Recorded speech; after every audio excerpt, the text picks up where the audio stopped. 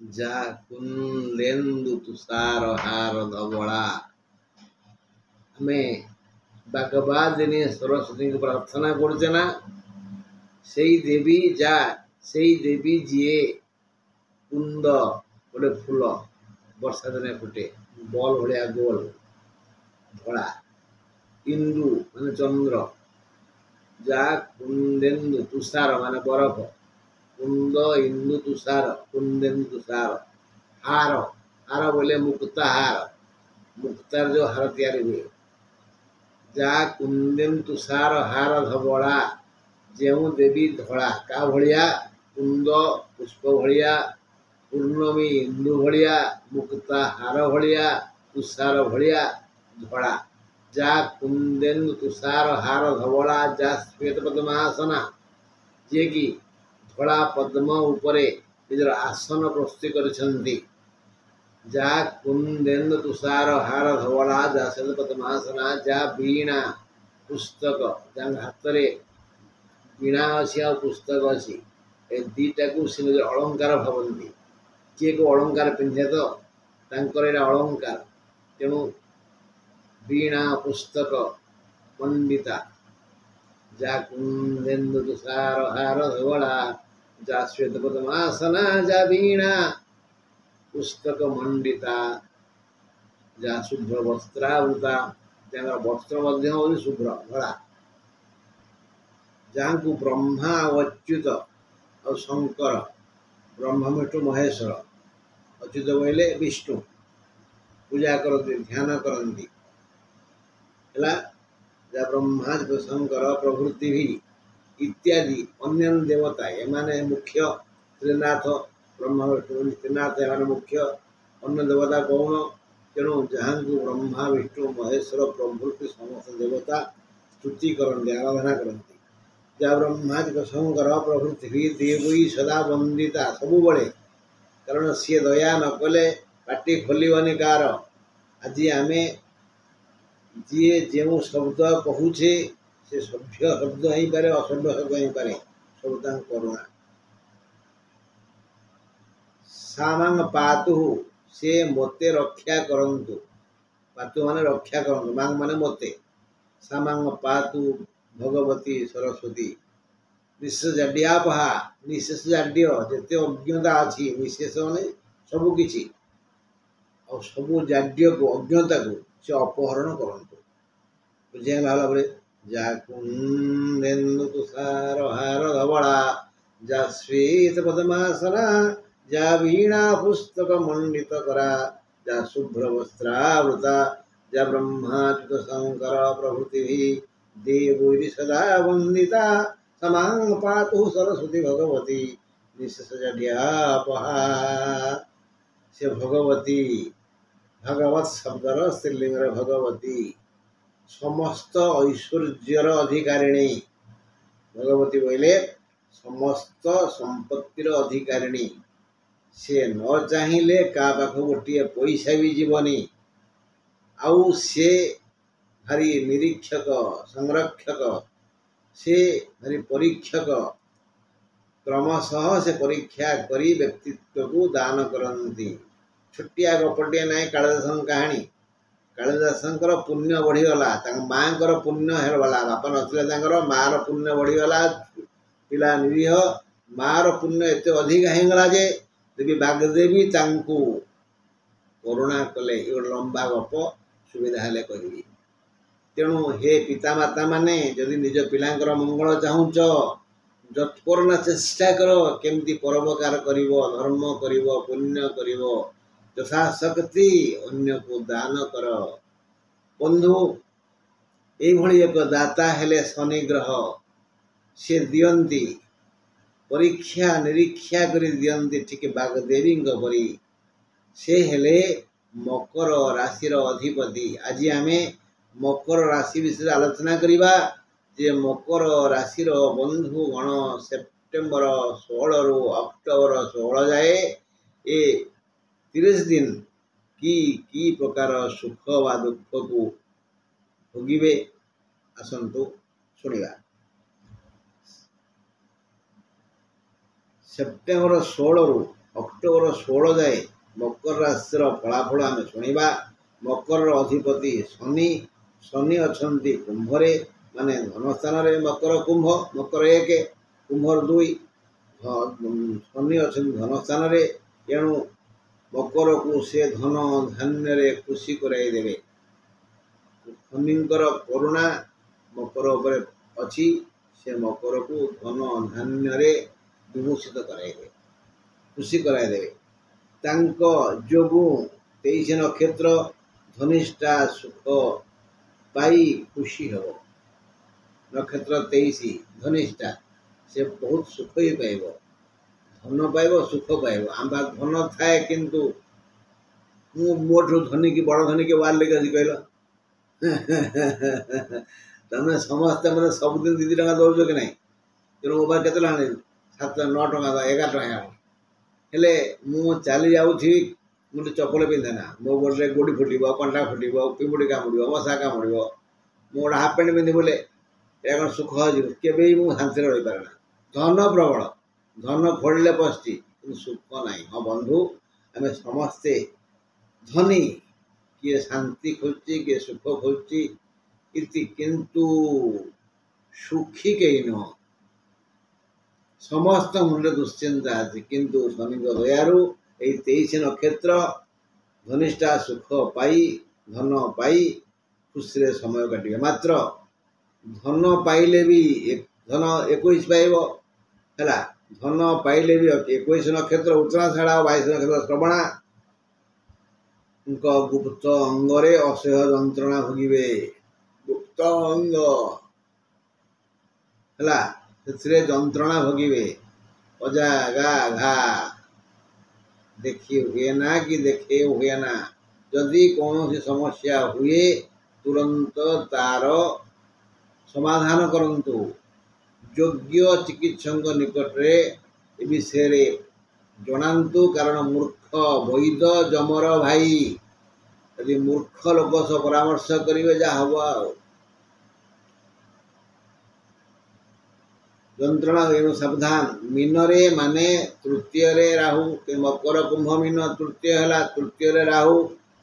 ଏଣୁ ଫଳାଫଳ କହେ ଯେ ଭାଇ ଭଉଣୀ ମାନଙ୍କର କୁଶଳ ଖବର ମିଳିବ। ଆପଣମାନଙ୍କର ଯାହାର ମକର ରାଶି, ତାଙ୍କର ଏ ମାସରେ ଭାଇ ଭଉଣୀ ମାନେ କିଛି ଭଲ କାମ କରିବେ, ଭଲ ଫଳ ପାଇବେ, ବିକଶିତ ହେବେ। ଏହା ଶୁଣି ଆପଣ ଖୁସି ହେବେ। ରାହୁ 23 ନକ୍ଷତ୍ର ଧନିଷ୍ଠାର ବହୁ ହାନି କରେଇବେ। 23 ନକ୍ଷତ୍ର ଧନିଷ୍ଠା, ତାର ରାହୁ ବହୁତ କ୍ଷତି କରିବେ। 21 ଉତ୍ତରାଷାଢ଼ ଓ 22 ଶ୍ରବଣାକୁ ଧନିଷ୍ଠା ପରି ସେ ଦଣ୍ଡିତ କରିବେ। ବେଶୀ କ୍ଷତି ହେବ କାହାର? 23ର। ବାକି 22 ଆଉ 21 ଉତ୍ତରାଷାଢ଼ ଆଉ ଶ୍ରବଣା, ତାଙ୍କର କ୍ଷତି ହେଲେ ବି 23ଠୁ କମ୍ ହେବ। ଏମାନଙ୍କ ମୁଣ୍ଡରେ ଦୁଶ୍ଚିନ୍ତା ଆସିବ, ଏମାନେ ଭୁଲ କାମ କରିବେ। ଦୁଶ୍ଚିନ୍ତା କିଏ ଆଣିଦେବେ? ନା ରାହୁ ଆଣିଦେବେ। ଯାହା ଫଳରେ ଭୁଲ କରୁ କରୁ କରୁ କରୁ ଦୋଷୀ ବୋଲି ସାବ୍ୟସ୍ତ ହେବେ ଏବଂ ଆରେଷ୍ଟ ହେବେ। ବନ୍ଧନ ଭୟ ଅଛି, ଦଣ୍ଡିତ ହେବେ, ବନ୍ଧନ ଭୟ ଅଛି। ବୃଷରେ ମାନେ ପଞ୍ଚମରେ ବୃହସ୍ପତି। ଏବେ ବୃହସ୍ପତି ପଞ୍ଚମ ବୃଷରେ ଅଛନ୍ତି, ମାନେ ପଞ୍ଚମ ବୃହସ୍ପତି। ପଞ୍ଚମ ବୃହସ୍ପତି ଦୟା କରିଥାନ୍ତି, ବହୁତ ସୁଖ ଦେଇଥାନ୍ତି। ପଞ୍ଚମସ୍ଥ ବୃହସ୍ପତି ପ୍ରଚୁର ଅର୍ଥ ଦେଇଥାନ୍ତି। ଧନ ସିନା ମିଳିବ, ମାତ୍ର ସ୍ଥାନାନ୍ତରିତ ଦୁଃଖ ହବ। ବୃହସ୍ପତି ଧନ ଦେବେ, କିନ୍ତୁ ସ୍ଥାନାନ୍ତରିତ, ଯୋଉଠି ଆମର ପିତ୍ରାଳୟ, ବାପାଙ୍କର ପ୍ରଦତ୍ତ ଗୃହ, ସେଠୁ ଆମକୁ ଅନ୍ୟତ୍ର ଯିବାକୁ ପଡ଼ିବ। ସ୍ଥାନାନ୍ତରିତ ଦୁଃଖ 21 22 ମାନେ ଉତ୍ତରାଷାଢ଼ ଓ ଧନିଷ୍ଠାକୁ ମିଳିବ। ବୃହସ୍ପତି 21 ଉତ୍ତରାଷାଢ଼, 22 ଶ୍ରବଣା, ଏଇ 2 ନକ୍ଷତ୍ରକୁ ସ୍ଥାନାନ୍ତରିତ ଦଣ୍ଡିତ କରିବେ। କିନ୍ତୁ 23 ନକ୍ଷତ୍ରର ବାଁ ହାତରେ ସମସ୍ୟା ହେବ। କ'ଣ ମୁଡ଼ି ହେଇଯିବ, ଭାଙ୍ଗିଯିବ, ବାଡ଼େଇ ହେଇଯିବ, କ'ଣ ହବ ଗୋଟେ ଆଉ। ବାଁ ହାତରେ ମନକୁ ବିରୁଡ଼ି ମାରିଦେଲା, ମହୁମାଛିଟା ଖେଞ୍ଚିଦେଲା, କି ବଲୁରି ମାରିଦେଲା, କଷ୍ଟ ହେବ ଆଉ। ବାମ ଅଙ୍ଗରେ ପୀଡ଼ା ହେବ, ସମସ୍ୟା ହେବ। ବାସ୍। ଷଷ୍ଠରେ ମଙ୍ଗଳ, पंचम रे बृहस्पति, तृतीय रे राहु, द्वितीय रे शनि। आम कौन जानले षष्ठ रे मंगल, पंचम रे बृहस्पति, तृतीय रे राहु, द्वितीय रे शनि, मंगल षष्ठस्थ हेले नाना विध लाभ होई थाए। मंगल षष्ठस्थ हेले नाना विध लाभ होई थाए, विभिन्न लाभ। कारण एपर्यंत दुख खबर आम शुणी सारे। शनि धन देले भी दुख देवे, राहु शुभ खबर शुणिले भी दुख देवे, बृहस्पति धन देले भी दुख देवे, किंतु सुख देवे षष्ठस्थ मंगल, नाना विध लाभ होई पाए थाए। पंचम बृहस्पति लाभ कारक जोग सृष्टि करछंती, तृतीयस्थ राहु धन देई खुशी कराइबे, द्वितीयस्थ शनि शोक खबर देई थांती। द्वितीयस्थ शनि सिना धन देवे किंतु दुसंवाद शुणाइबे, शोक खबर जाको शुणी आम चित्त चहली जीव। बुद्ध सिंह रे अछंती, अष्टम बुद्ध, अष्टमस्थ समस्त ग्रह प्राय खराब फल दे थांती, किंतु बुद्ध शुभ फल दे थांती।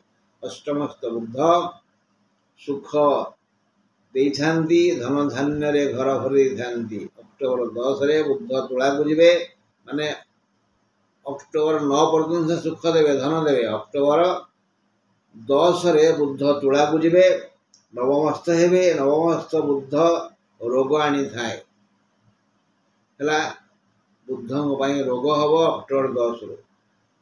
शुक्र कन्या रे नवम शुक्र, नवमस्थ शुक्र सुख दे थांती, शुक्र भी सुख देवे। से 18/9 रे तुला को जिवे, एई मासर 18 रे 3 दिन में सुख देवे, तुला को जिवे। दशमस्थ हेबे, दशम शुक्रंग जोगु धर्म कार्य होई थाए। दशमस्थ हे गले शुक्र देवे तुला पड़ेबे, मुंड को सुचिंता आसीबो, परोपकार दान सेवा ठाकुर पूजा इत्यादि इत्यादि अनेक काम हबो, माने शुक्र धर्म कार्य कराइबे।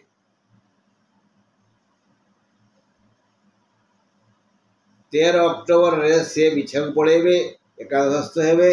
एकादश शुक्र दुख दे थांती, शुक्र एकादशस्थ हेले दुख दे थांती। अन्य ग्रह माने एकादशस्थ हेले सुख दे थांती, शुक्र एकादशस्थ हेले दुख दे थांती। रवि कन्या रे, रवि नवमस्थ हेले मुंड को दुश्चिंता आसी थाए। मास सारा रवि कन्या रहिबे, मुंड को दुश्चिंता आसीबो, शुभ चिंता मुंड को आसीबो नाही। रवि को पाई दुश्चिंता, चिंतारे क्रमशः तनु क्षय हब, और तनु क्षय हेले गला रोग हेला कोन, चिंता खाए गंडी। कन्या रे केतु नवमस्थ, केतु नवम केतु नवमस्थ हेले अभाव गोड़े थाए। पूर्व जो धन सब आसी थाए ता थिले भी खर्च अधिक हुए, अभाव गोड़ाए। तेणु केतुंको पाई अभाव गोड़ेब, दारिद्र दुखरे दिन जीव, मन को अशांत करिवो। एबे सुधा आम कौन जानले केते प्लस पॉइंट केते माइनस पॉइंट। पंचमस्थ बृहस्पति, तृतीयस्थ राहु, द्वितीयस्थ शनि, षष्ठस्थ मंगल, अष्टमस्थ बुद्ध, नवमस्थ शुक्र, नाना विध सुख लाभ और धन देवे। एति प्लस पॉइंट किए देले, पंचमस्थ बृहस्पति, तृतीयस्थ राहु, द्वितीयस्थ शनि, षष्ठस्थ मंगल, अष्टमस्थ बुद्ध, नवमस्थ शुक्र। तृतीयस्थ राहु, द्वितीय शनि, एकादश शुक्र, नवम केतु, नवमस्थ रवि दुख देवे। दुख किए देवे, तृतीयस्थ राहु, द्वितीयस्थ शनि, एकादश शुक्र, नवम केतु, नवमस्थ रवि दुख देवे। आमे प्लस पॉइंट मानस बुझल सबू। तापर देखिबा हमर केते लाभ केते क्षति हला। मकर राशि शुभ बार हला शुक्रवार शनिवार, शुभ रंग हला कला और नील, शुभ तारीख हला 6, 8, 9। घात चंद्र अष्टम चंद्र सिंह चंद्र से सेप्टेम्बर 29, 30 रे अक्टोबर 1 रे पड़िबो। किए घात चंद्र, अष्टम चंद्र, सिंह चंद्र, सेप्टेम्बर 29, 30 अक्टोबर 1 रे पड़िबो। घात नक्षत्र रोहिणी नक्षत्र ता सेप्टेम्बर 23 रे पड़िबो। बस घात बार मंगलवार सेप्टेम्बर 17 24 अक्टोबर 1 8 15 घात तिथि द्वादशी ताहा सेप्टेम्बर 15 29 अक्टोबर 14 पड़िबो।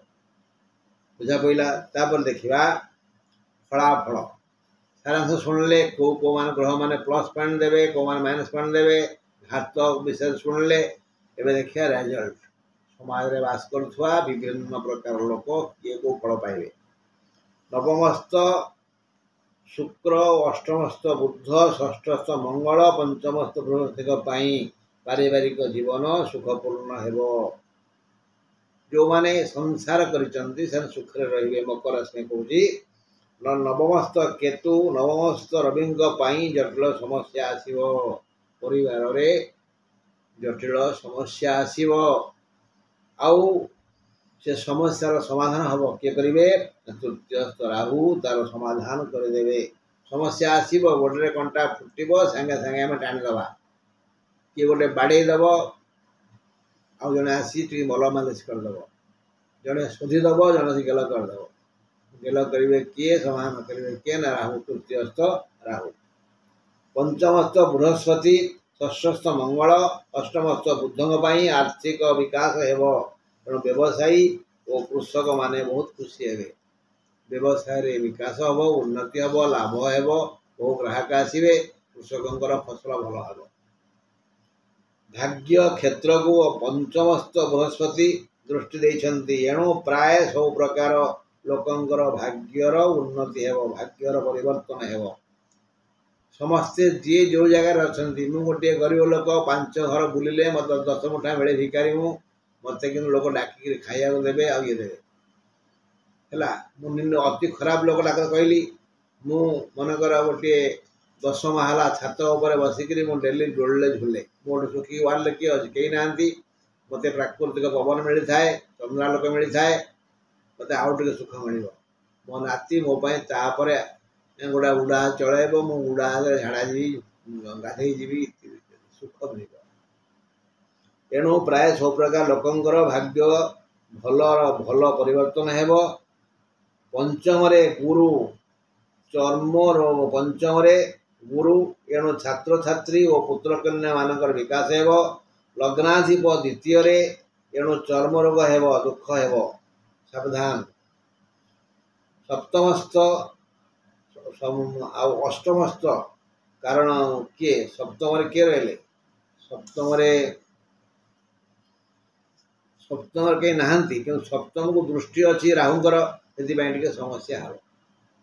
अच्छा एणु हाँ सप्तमाधिप अष्टम अच्छा सप्तमाधिप अष्टम अच्छा तेणु कौन हम ना महिला मानकर ए मासरे भल गति नाई।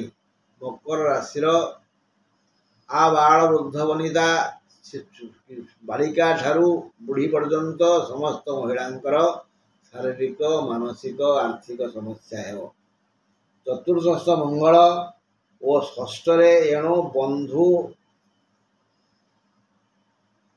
कटिजे बंधु सहित मनोमालिन्य हम भल कथा कहले से खराब अर्थ बुझे जहाँफल टे जगी रखी बंधु सह दीपद दुख सुख हूँ ना सी जगह शुणु किसी उत्तर दिंतुनि सी कभी अफर बाबू कहले चिल्लटा हाँ आज्ञा बढ़िया कथा ये तो हाँ मो पिला चिल्लाटा चिल्ल थिला जदि मोर पिंपुड़ी कहले हाथी हाँ ठीक ठीक ठीक मुझे देखिली मूषा गुड़ा खाईगले गचर चढ़ी माकड़ मानू कहीं निश्चय सत कथा हाँ मारतु बंधु ये बचा कौन कहली।